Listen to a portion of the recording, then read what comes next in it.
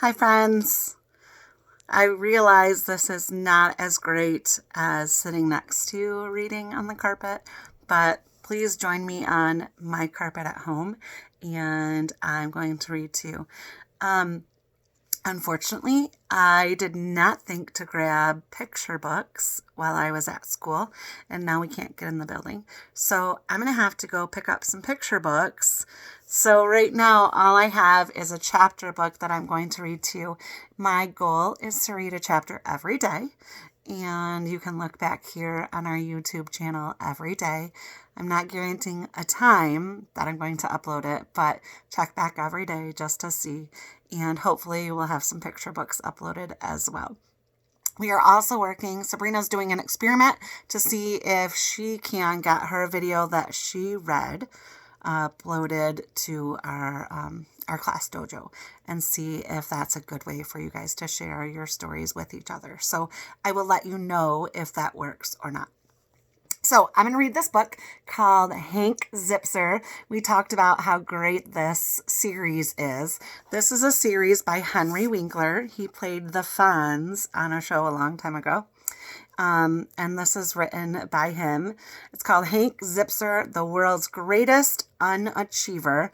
And the title of this one is Barfing in the Back Seat: How I Survived My Family Road Trip. So, Chapter 1. Road trip! My father shouted, bursting into the kitchen. He waved his arms around with such force that he knocked over the Raisin Bran and spilled half the box on the floor. Fortunately, our dog Cheerio pounced on the Raisin Bran, sucking it up like the vacuum cleaner dog that he is. None of the Zipzers have had to pick up even a speck of spilled food since Cheerio joined our family. However, we do have to walk him more than the average dog. Wonder why that would be. Did you hear me, guys? My dad repeated.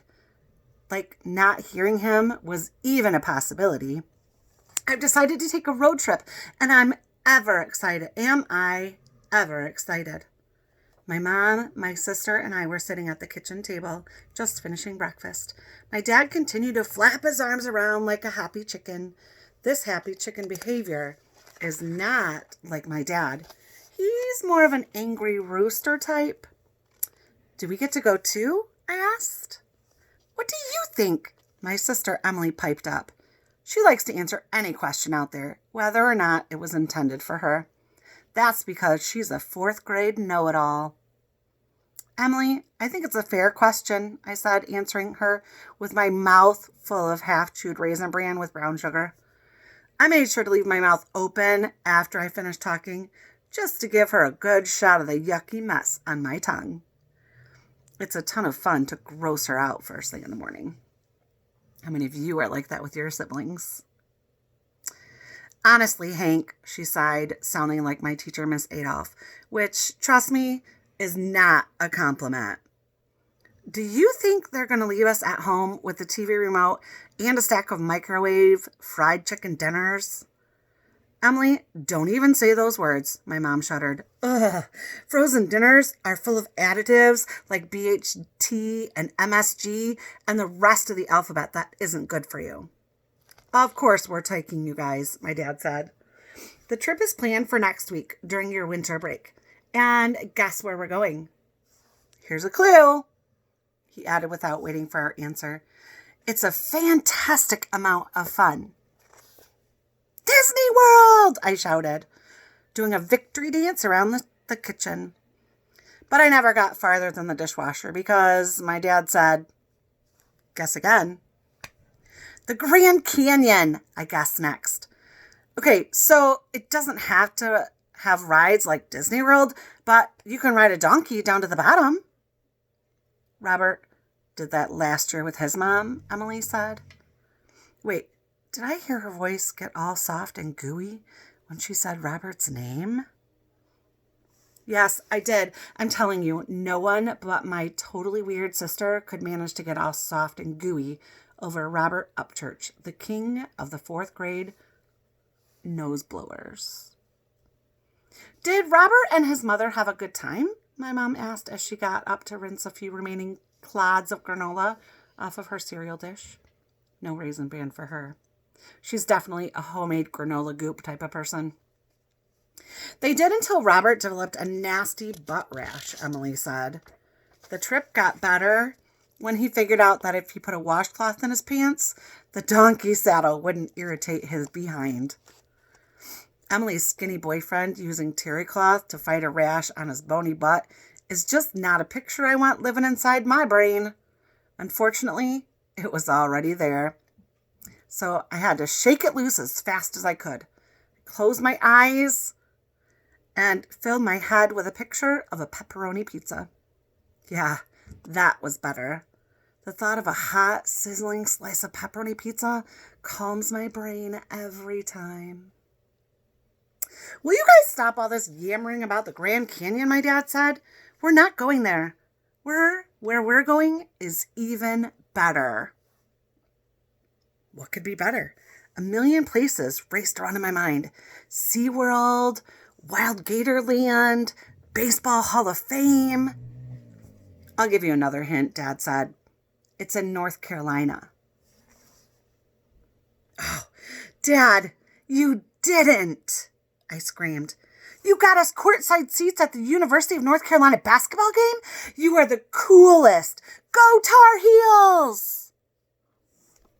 I started my victory dance again, but my mom put her hand on my arm to settle me down. Maybe you should just tell them, Stanley, she said to my dad, before their expectations got too high. She was looking a little nervous, as if she knew something we didn't know. All right, kids, my dad said, putting one hand around my shoulder and the other around Emily's. The Zipzer family is going on a road trip and heading straight for... Are you ready? Fasten your seatbelts. The Grand National Crossword Puzzle Championship Tournament. Yep. I involuntarily let out a sound. It was somewhere between a moan, a groan, and a shriek. That was followed by a big silence, and I mean a gigantic one. Let me get this straight, Dad, I finally say, because I think my ears might have gone wacko while you were talking. They think they heard you say we're going to a crossword puzzle tournament. Tell them they're wrong. Please tell my ears they're wrong. No, you heard correctly, my dad said.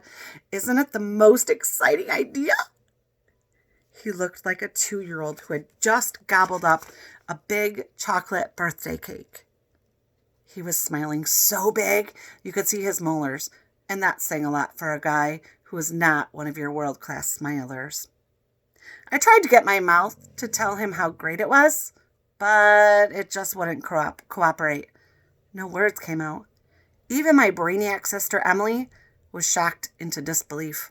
I mean, what's a kid supposed to say when he's told that he's going to spend his winter break at a crossword puzzle tournament? End of chapter 1. Stay tuned for chapter 2. Hank Zipzer. See you tomorrow, friends.